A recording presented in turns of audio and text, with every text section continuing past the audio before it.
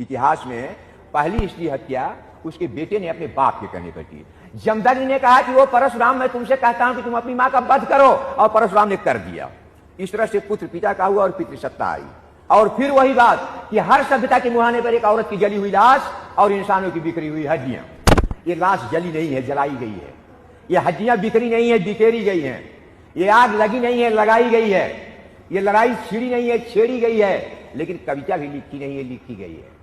और जब कविता लिखी जाती है तो आग भड़क जाती है। मैं कहता हूं तुम मुझको बचाओ मेरे लोगों इस आग से, तुम मुझे इस आग से बचाओ मेरे पूरब के लोगों, जिनके सुंदर खेतों को तलवार की नोकों से जोता गया, जिनकी फसलों को रथों के चक्कों के तले रौदा गया। तुम पश्चिम के लोगों मुझे बचाओ इस आग से, जिनकी स्त्रियों को बाजारों में बेचा गया, जिनके बच्चों को चिवनियों में झोंका गया। तुम उत्तर के लोगों मुझे बचाओ इस आग से, जिनके पुरखों की पीठ पर पहाड़ लाद कर तोड़ा गया। तुम सुदूर दक्षिण के लोगों मुझे इस आग से बचाओ, जिनकी बस्तियों को दावाग्नि में झोंका गया, जिनकी नाव को अतल जलराशियों में डुबोया गया। तुम वे सारे लोग मिलकर मुझे बचाओ, जिनके खून के गारे से पिरामिड बने, मीनारें बनी, दीवारें बनी।